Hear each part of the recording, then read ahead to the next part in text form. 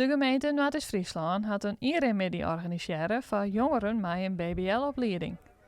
Via deze wij willen ze zien letten wat voor werk er in de boetenruimte bij de gemeente te doen is. Daardoor hopen ze de jongeren te interesseren en ze uiteindelijk later een baan aanbieden te kennen. Het is sowieso belangrijk om jongeren aan de organisatie te binden. We hebben best wel een grijze hoofden, veel grijze hoofden in de buitendienst. En dat is op zich niet erg. Hè? Die mensen hebben hartstikke veel ervaring en die weten ook heel goed wat ze doen. En het mooie zou zijn als je jongeren aan ons kunnen binden die in de toekomst dat werk kunnen gaan overnemen. En waarbij onze eigen mensen hun ervaring kunnen delen met een jongere generatie. Patrick wie een van de bezoekers bij de inremmiddag. Hij zit op dit stuit nog in het groenwerk, maar zocht een nieuwe uitdaging ook wel zetten. En misschien vindt er die naar deze middag wel. Ik wist eerst net goed wat het precies al inhoudt net. Net een goed beeld bij.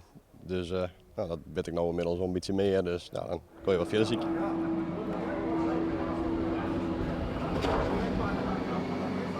Nou, we hopen dat er een hoop jongeren langskomen en interesse hebben. En dan nemen we dan later contact op. En dan kunnen we misschien leerwerkplekken voor ze regelen bij ons.